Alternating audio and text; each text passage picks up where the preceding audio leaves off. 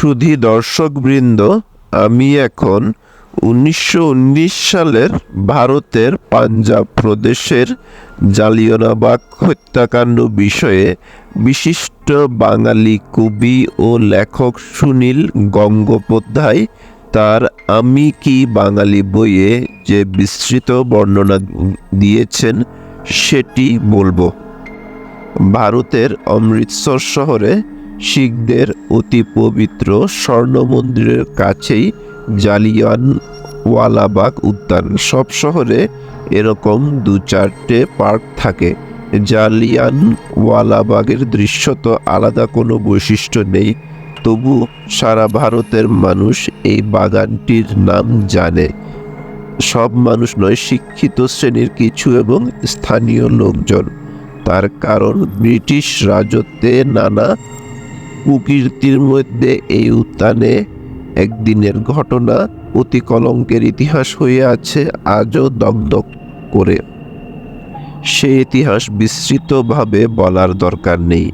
বর্তমান প্রসঙ্গ রবীন্দ্রনাথ। সংক্ষেপে এইটুকু বলা যায়, প্রথম মহাযুদ্ধ শেষ হয়েছে। বহু পাঞ্জাবি সৈনিক ইংরেজদের পক্ষ নিয়ে প্রাণ দিয়েছে সেই যুদ্ধে। যুদ্ধ চলার সময় ভারতে সাহিত্য শাসনের টোপ দেওয়া হয়েছিল। যুদ্ধ শেষে সেসব আর উচ্চারণও করে না শাসকরা। বিক্ষুব্ধ অশান্ত পাঞ্জাবে চলছে ধরপাকড়। গ্রেপ্তার হয়েছেন গান্ধীজি। অমৃতসরে সব রকমের জনসমাবেশ নিষিদ্ধ করা হয়েছে। এরই মধ্যে এপ্রিলের 13 তারিখ বৈশাখী পূর্ণিমা। গ্রাম থেকে দলে দলে মানুষ আসে শহরে। তারা ওইসব 144 ধারা-টারার কথা জানে না। তারা অনেকে এসে জড়ো হয়েছে ওই পার্কে। একটি মঞ্চও বাঁধা হয়েছে। পার্কটা এমনই যে বাইরে থেকে দেখা যায় না। দুপাশের বাড়ির মধ্যে একটা সরু প্রবেশ পথ, চারিদিকে বড় বড় বাড়ি ও দেওয়াল। বেরোবার রাস্তা শুধু একটাই। হঠাৎ একসময় জেনারেল ডায়ার নামে এক বীর পুঙ্গব তার সেনাবাহিনী নিয়ে এসে ওই পথটা আটকালো।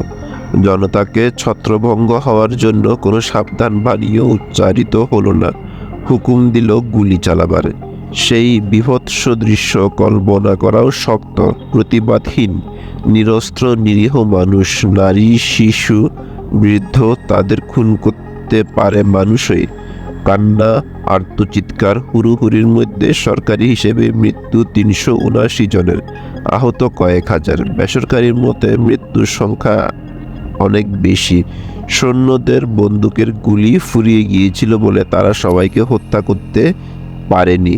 ব্রিটিশ সরকারের এমন বর্বরতার কাহিনী সারা দেশ জানতে পারেনি, কারণ তখন সমস্ত সংবাদপত্রে কঠোরভাবে সেন্সরশিপ জারি ছিল।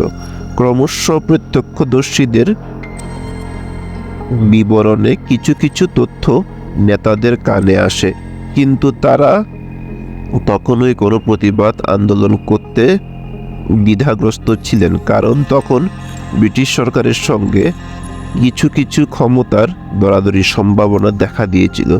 রাজনৈতিক নেতারা আবেগে চালিত হন না, কিন্তু এক কবিকে এই ঘটনা দারুণভাবে বিচলিত করেছিল। রবীন্দ্রনাথ তখন গান্ধীজি ও চিত্তরঞ্জন দাশকে প্রতিবাদের প্রস্তাব দিয়েছিলেন, তারা এড়িয়ে যান।